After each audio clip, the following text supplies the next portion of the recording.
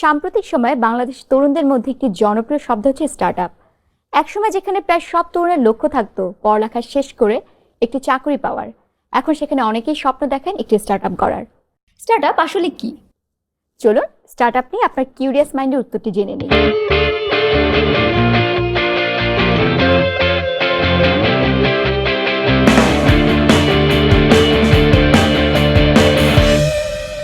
আবিধানিক অর্থে স্টার্টআপ হলো নতুন ব্যবসায়িক উদ্যোগ বা বাণিজ্যিক প্রকল্প। এটি এমন একটি উদ্যোগ যেখানে নতুন নতুন আইডিয়ার সাথে প্রযুক্তির সমন্বয় ঘটিয়ে বিদ্যমান কোনো সমস্যার অভিনব সমাধান করে একসঙ্গে অনেক মানুষকে পণ্য বা সেবা দেওয়া হয়। তবে এর সমাধান অভিনব হওয়ায় সাফল্য সুনিশ্চিত নয়। সাধারণত আইডিয়া স্টেজে স্টার্টআপের অর্থের যোগানদাতা হয় উদ্যোক্তা বা প্রতিষ্ঠাতারা নিজেই। যদিও আয় ব্যয় বা কর্মসংস্থানের ভিত্তিতে স্টার্টআপকে আলাদা করার কোনো ধরাবাঁধা নিয়ম নেই, তবুও স্টার্টআপের ক্ষেত্রে আমরা বেশ কিছু আলাদা বৈশিষ্ট্য দেখতে পাই। সাধারণত স্টার্টআপ ও ছোট ব্যবসার মধ্যে মূল পার্থক্যের জায়গাটি হচ্ছে এর বৃদ্ধির সম্ভাবনা বা স্কেল আপ। যদিও সম্পদ, বিনিয়োগ ইত্যাদির কারণে স্টার্টআপের সূচনা করতে হয় ক্ষুদ্র পরিসর থেকে, তবে সব স্টার্টআপে চায় সাফল্যের চূড়ায় পৌঁছাতে। উদাহরণ হিসাবে বলা যায়, ধরুন আপনি আপনার এলাকায় একটা রেস্টুরেন্ট দিলেন। এটি হবে একটি ব্যবসা, কারণ এটিকে আপনি খুব সীমিত আকারে ছড়িয়ে দিতে পারবেন। তবে হাংরি নাকির মতো খাবার ডেলিভারি সার্ভিসগুলো হচ্ছে স্টার্টআপ, কারণ এর বৃদ্ধির সম্ভাবনা বা ক্ষেত্র অনেক অনেক বেশি।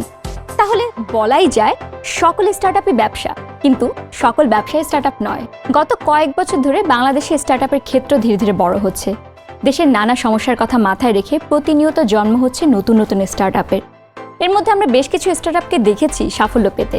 যেমন ধরুন পাঠাও, ঢাকার মতো জনবহুল শহরে যানজট এড়িয়ে রাস্তায় চলাচলের মাধ্যম হিসাবে রাইড শেয়ারিংকে জনপ্রিয় করে তুলেছে পাঠাও। বর্তমানে দেশি বিদেশি বিভিন্ন বিনিয়োগের পরে এর বাজার মূল্য গিয়ে দাঁড়িয়েছে প্রায় $100 মিলিয়ন বা 820 কোটি টাকা। বাংলাদেশে স্টার্টআপ উদ্যোক্তাদের বেশ কিছু বাধার সম্মুখীন হতে হয়। এর মধ্যে অন্যতম হলো দক্ষ জনবলের অভাব।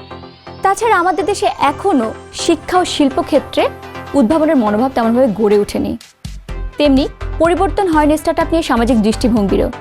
তাছাড়া এই খাতে ব্যাংকের বিনিয়োগের অনাগ্রহ তো রয়েছেই। তবে আশার কথা হলো সাম্প্রতিক সময়ে সরকারি বেসরকারি বেশ কিছু উদ্যোগ গ্রহণ করা হয়েছে স্টার্টআপের ক্ষেত্রে অনুকূল পরিবেশ তৈরি করার জন্য।